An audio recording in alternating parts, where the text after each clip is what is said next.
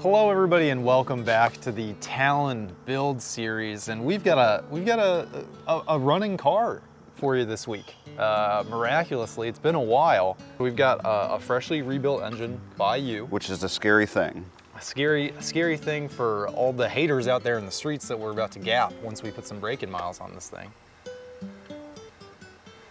Because we got to break in the engine. Right. We got to seat the rings. About 500 miles. 500 miles. We got to break in the clutch, also 500 miles. Right. And so that just means daily driving, Mark. What? So I think that we should daily drive this car for the next month.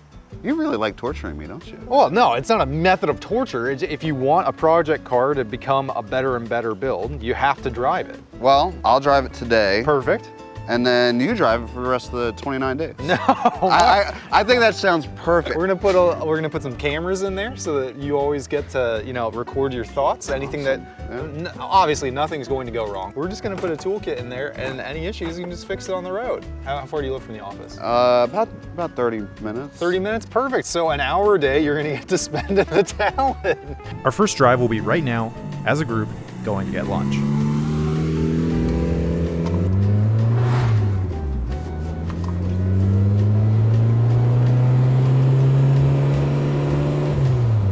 Driving nice.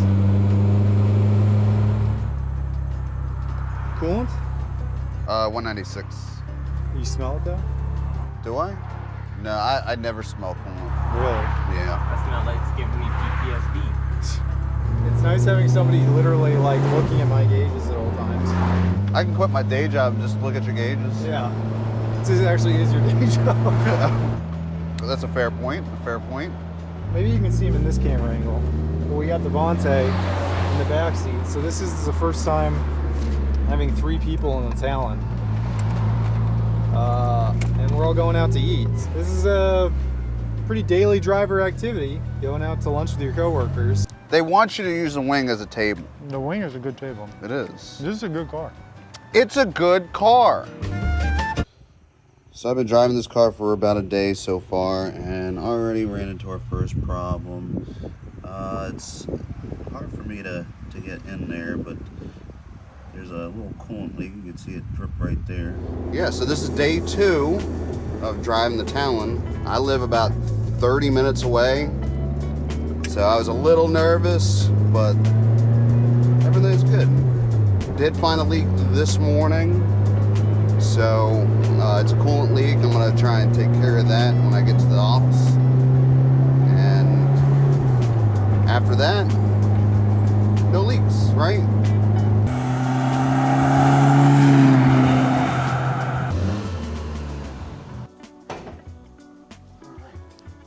So, that's hot. We have a little bit of a leak, coolant leak down there. How I'm gonna fit my hand in there, I have no idea.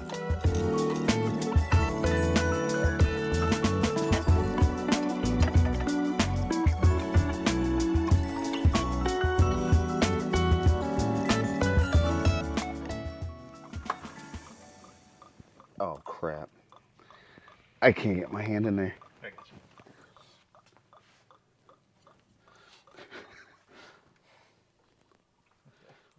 Wow, I could not get my hand in there.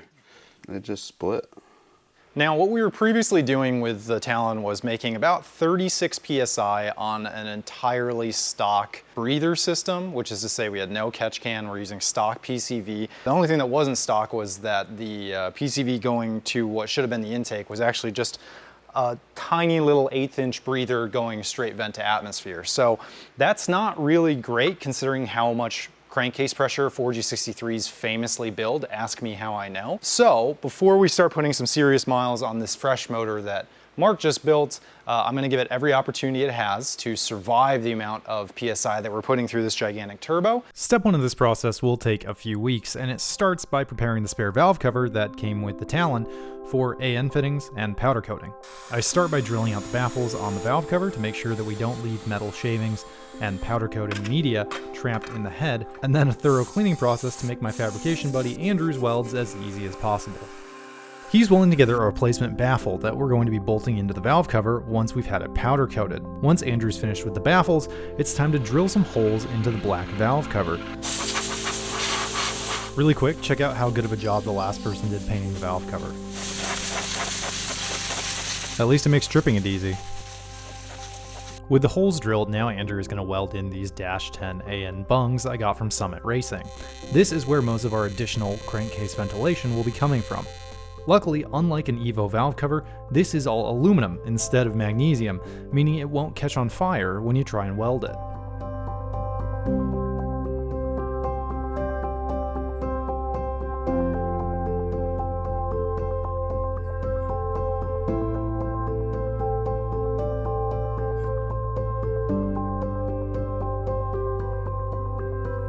There's a right way and a wrong way to do it, and we just did it the wrong way, just to get it to stick. As long as it holds together and doesn't fall apart, we'll be all right. So it's my first day on daily duty for the Talon, and it's all driving real nice and smooth. Mark did a great job on the tune. I'm just reminded that I don't fit really well in this chassis with these seats. Like, I am literally head on the ceiling, and it makes me like slump my body in a really uncomfortable way, like it's giving me scoliosis in my spine. I just wish that I could lower the seat. I need to look into some lowering rails or something like that so that I can actually fit in this thing. Otherwise, we did a pretty good job transferring everything over from the Eclipse. Pretty drivable car. Driving a car as your daily means that the car stops being so special. It's got to function as transportation. You've got stuff to do, and the car just has to facilitate that.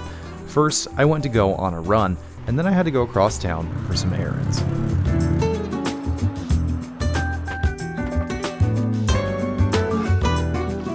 Just bought a whole rotisserie chicken. So he was saying that I was low on fuel. I don't think I actually am, but we're gonna find out. I typically drive my truck around town, which is a Toyota Tundra 5.7 liter that gets 13 miles around the town. This is on E85, but it still can't possibly be as bad as that. Or maybe it is just as bad as that and no worse. So overall, this should be more economical, but we'll see. Okay, well, it took a lot more fuel than I was expecting. 14 gallons. Yes, please. How are you liking my new daily driver? It's different than your truck. You like it? It's low. It's cool. It's loud. Pretty good, huh? It's very pretty. Did you say it was pretty? Yeah, it's gorgeous. My favorite. Oh, you're being sarcastic. Do you like the gas smell? Oh yeah, it's fuming. I got a little bit of a headache. That's okay.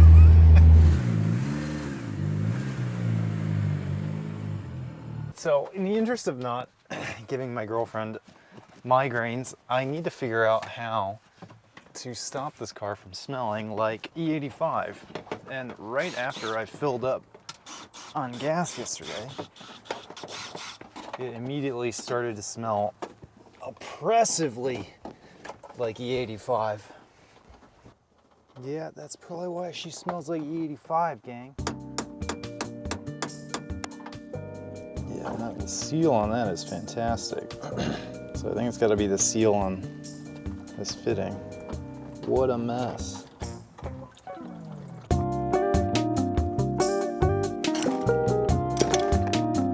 I add an ethanol-resistant Viton O-ring and a generous amount of fuel-rated RTV to the Dash 6 fitting on the gas tank top hat. Hopefully this is the source of the leak. I quickly reassemble things because by now it's almost 5 o'clock and I need to go to my friend's display at an art exhibit. Going downtown to a little art gallery show that my friend has some work in. Definitely the appropriate car to show up to a high society function in. Unfortunately, the car never makes it to the show. So I'm getting a low fuel light, which I know is inaccurate. The car is running very poorly, and it reeks of E85. It's getting intermittent fuel now. So I think that the fuel pump is not connected, or we're just getting a horrendous leak. Back to stoic, leaning out, too lean.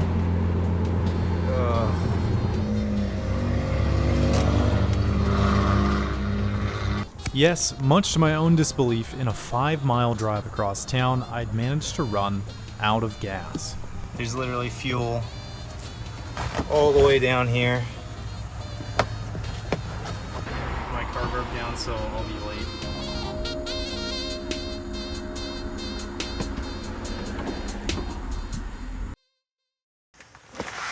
This one's on me, guys. We have a spare fuel return line that is this old one that we decided not to use after a little while. And that is what I hooked back up instead of the actual fuel return line. So the fuel return line was just deleting straight to the ground, which probably explains why I ran out of gas. So that's an embarrassing one. That one's, I'm gonna take credit for that one. Just gonna put that right back up there, and we'll attach that to the fuel hanger and hopefully not leak any more fuel. All right, we have fixed the Talon up a little bit. We are gonna go and try this again. Use her as our daily.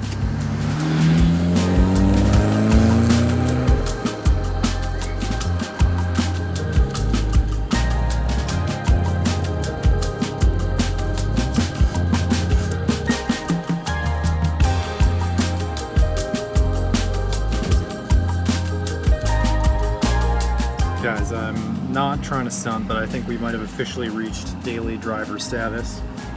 We've got groceries in the car.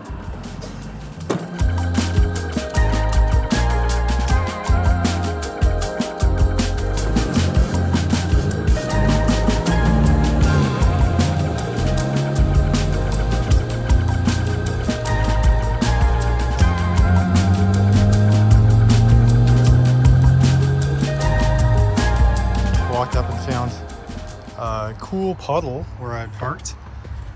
Came in here. There is coolant all over the transmission. And when I squeeze this, you might be able to see.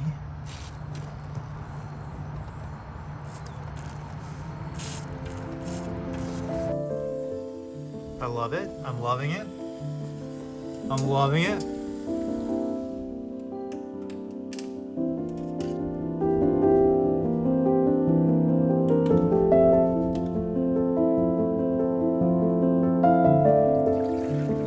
The coolant leak was a simple fix, just annoying that it happened.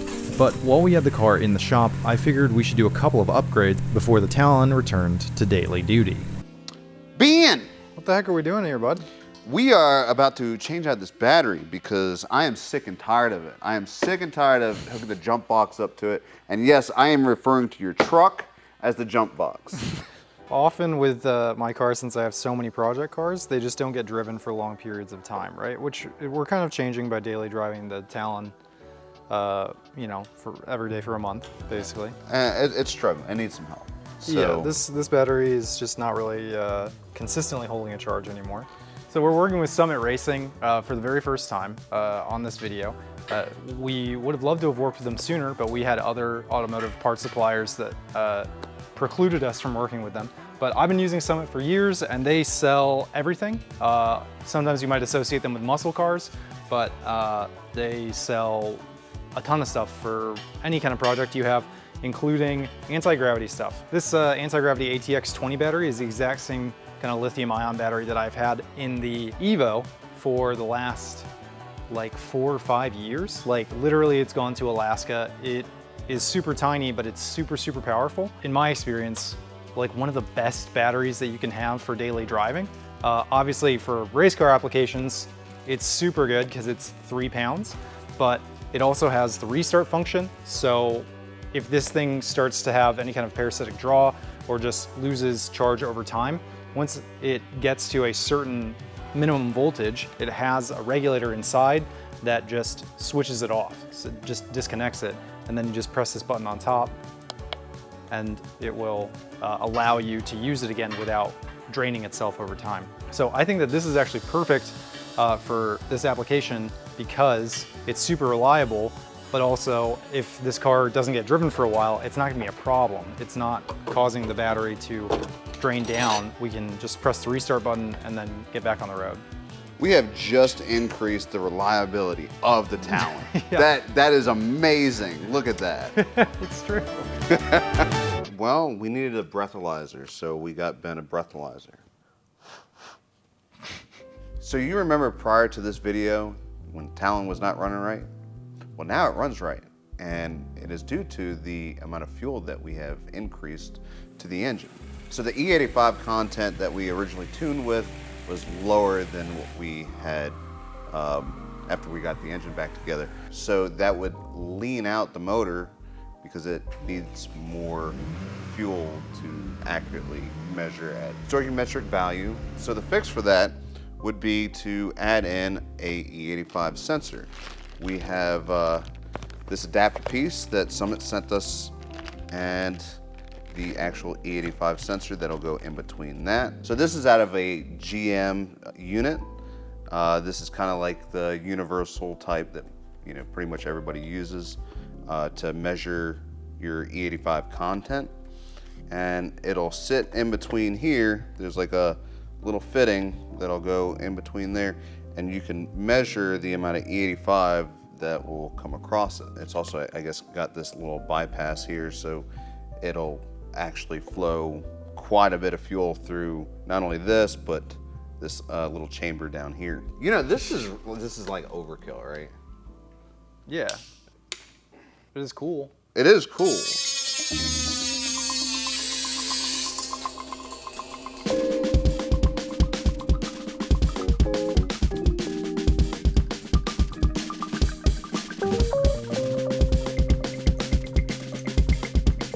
Got the prototype here of our little mounty mount. This is going to be the mount for the E85 sensor. Let's see if it fits. Let's see if my math be mathin'. Where are you going? Nowhere. We have something else from Summit, and I've never actually seen these in real life. Don't hype it up too much. We have AN wrenches. So AN wrenches exist because this, helps not mar up any of the surfaces because it is aluminum. And so usually the steel wrenches will tear into them. So that's why you would want to use AN wrenches. I thought this was one of those unicorn things. Like people talk about it, but it doesn't really exist. What, AN wrenches? They're not that. I've never seen it. This is insane. Have you seen these? Yeah. You've seen these. Who do you know have used these? Anyone that does any kind of fabrication usually will have them. Whatever. I'm just the dummy over here. You're the working man. Yeah. You got dirty hands to clean. Oh, so look, if this thing comes up missing, I don't know what happened to it. You don't even work with AN at home. Look, I'm just saying, I don't know what happened to it. Don't look at me. It's not even that expensive. Look, just don't look at me, okay? I don't know what to tell you. Ready for 1,000 horsepower. All right, so we got the E85 sensor hooked up. Fuel line obviously connected. Adjustments made in the computer. Now we're gonna just, go out for a drive and test it out.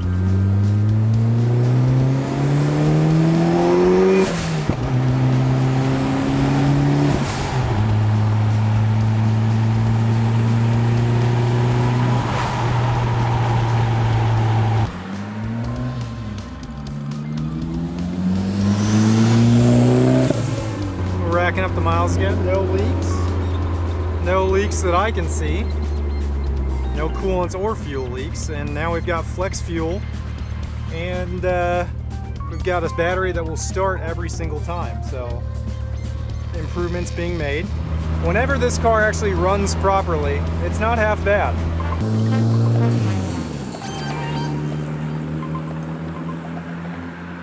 So Got the Talon out here filming some shots over here. We've got some wild geese in this field, and I'm trying to set up a shot where the geese are in the background and then the Talon drives to the foreground, and the Talon is leaking something. Is it fuel? What you leaking? Oh, I think it's coolant. This is a new one. Can you see that? It's coming from right here.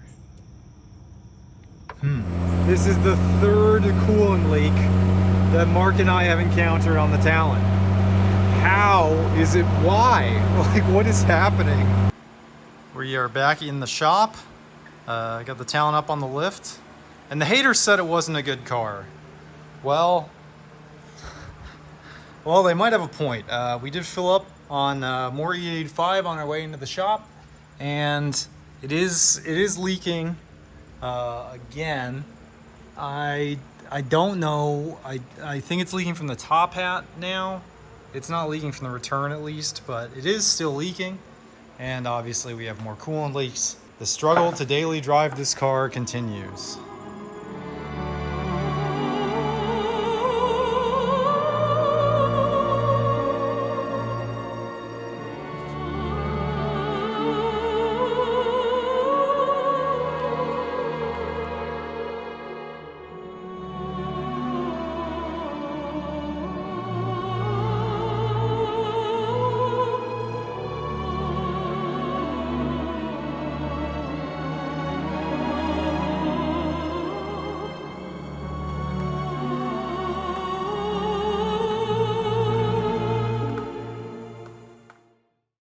So I'm at the airport. I just got back from a trip to California to check out the new Hoosier tire, and Mark is going to be picking me up. What's up, buddy? Oh, God. Am I being ridiculous taking this thing as a daily driver? You understood the assignment. Well, yeah. Let's just hope that we make it back in one piece. Yeah, let's. I would like to get home. Okay, I'm gonna get 93 octane pump gas for the first time since we got this thing tuned on E85, and I'm not gonna fill up very much, just like 6 or 7 gallons to try and avoid getting gas in the car. So pump at full speed, and then it just will get carried away and turn itself off. Why? Why is there a filling issue here? What's the problem? This drives me up a wall. So I only filled 7 gallons, so that should definitely not overfill the tank. My receipt's inside, thank you, wow.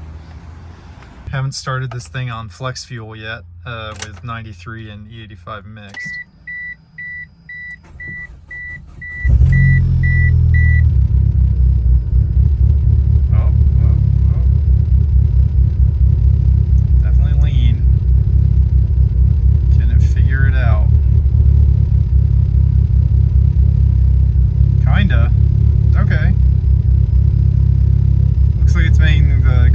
That it needs to the fuel map. That's nice. Good job, Mark and Kenny.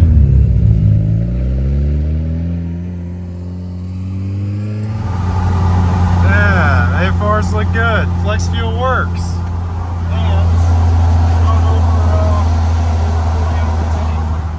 So it looks like we can prevent the tank from overfilling by just not actually filling the tank all the way up. We're working on the Talon yet again, but for good reason. We're going to change the oil on this thing, mainly because it's been 500 miles. We have gone, I guess, maybe a little over 500 miles on the same oil. This is break-in oil. So it's time to go ahead and change it, but we also want to take a look at the oil, make sure that there's no, funny looking things in there like glitter or, any kind of bearing material. So while we're doing this, I'm also going to drain all the coolant out, and that is because I'm going to replace these coolant lines. The ones we have in there are just They can't deal with like the thermal expansion and then shrinkage and expansion and shrinkage that we're getting from daily driving, I guess.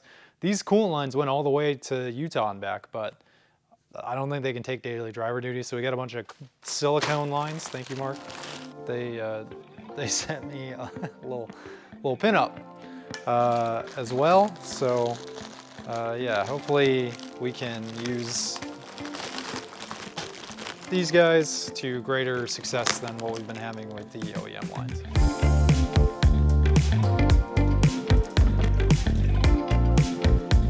So while Mark is out getting an oil filter for the oil change, we are going to be taking some drastic measures and replacing every single coolant hose I can get my hands on.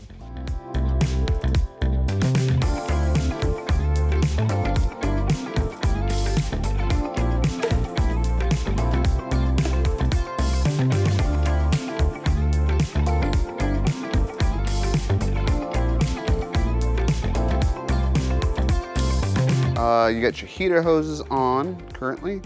You got all these smaller hoses on. You got your upper radiator hose on.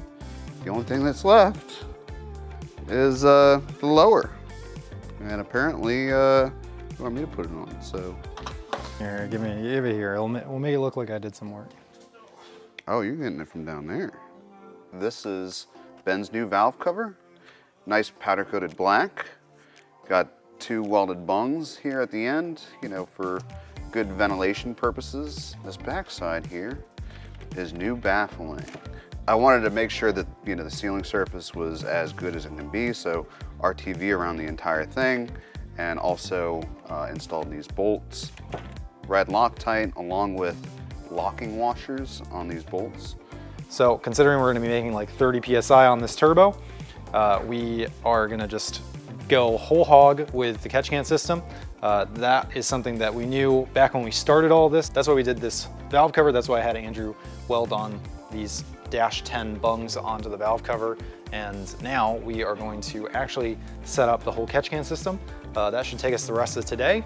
And then tomorrow we are going to take her out and we're gonna make some boosts and see how she holds up. See how Mark built the motor. Dun dun dun. Dun dun dun. We want to vent from the head to catch cans, right? So we've got this gigantic mother of all catch cans right here that we got from Summit. All this product we got from Summit.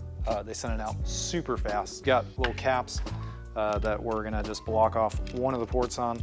We've got 2 bungs on the head, so we will have 2 of those lines going into this catch can. And then we're gonna use little adapters here because this can, the smallest size it comes with are -12, so we're gonna neck it down to a -10. Summit sent over a bunch of fittings. These are actually Summit branded.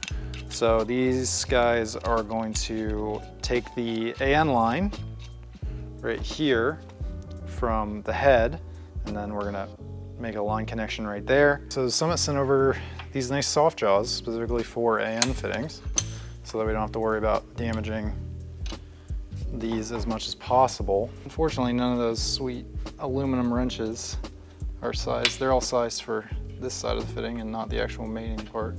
So I've returned to my old ways of using adjustable steel wrenches.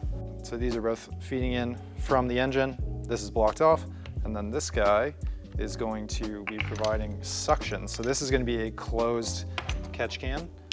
So oil is going to get trapped down here. There is mesh in here, and then this is going to be getting suction from the intake. We can shorten this line. But yeah, I mean, Yeah, we'll have to probably shorten that line. that length works, or that height works.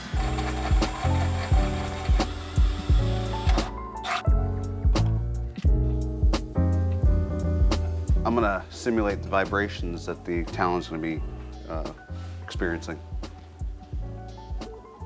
Yep, that's not going anywhere. So this is going to be those 2 bungs, the 2 -10s that we put onto the valve cover.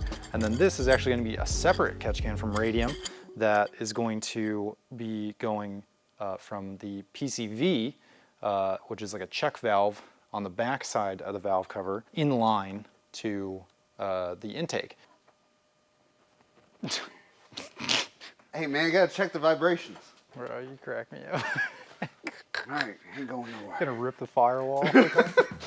The OEM check valve that is coming off of the head is rated for 15 PSI or something, and they're really easy to overpower. So with us making 30 pounds of boost, this is basically a check valve that's just heavy duty, designed for higher boost application than like an OEM check valve on a 90s Mitsubishi. So this would be what would go into our catch can right here, and then that feeds to the manifold. So we're still getting that manifold suction, but when it comes time for boosts to hit, this check valve is actually gonna be able to handle 30 PSI and not just be overpowered. So we drained out the straight weight Valvoline break-in oil. This was all conventional stuff that we ran in the engine for the first 500 miles. That is out. We are now topping it off with Valvoline 10W40. We'll fire it up and bleed coolant. All this is Valvoline product, obviously, and then we can actually take it out.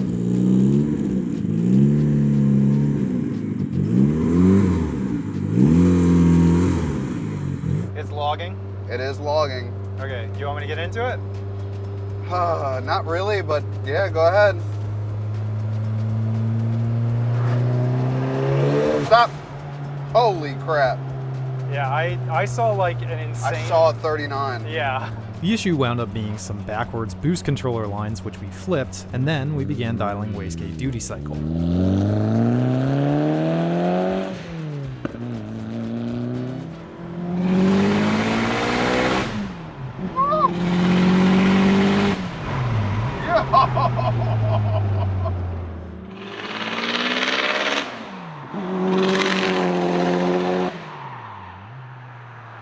Heck yeah. Did I see 25?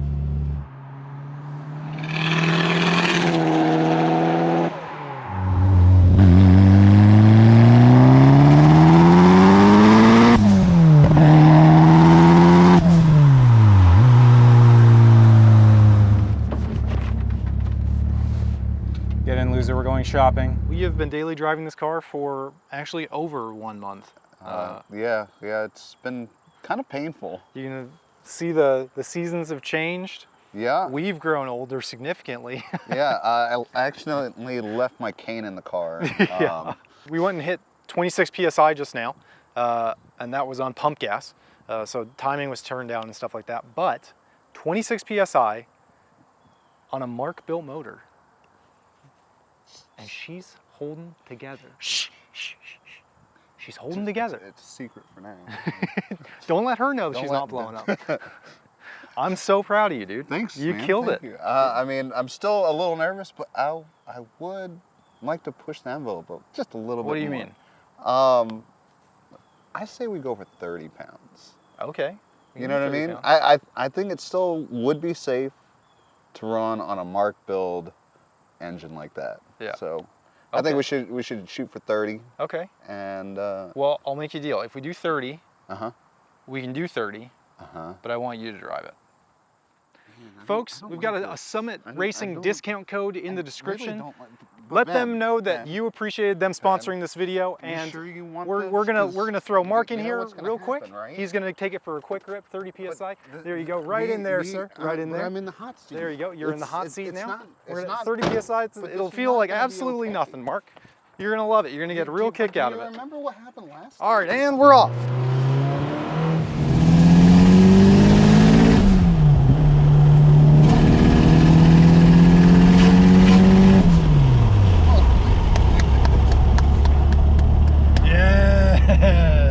Yeah, Mark, yeah.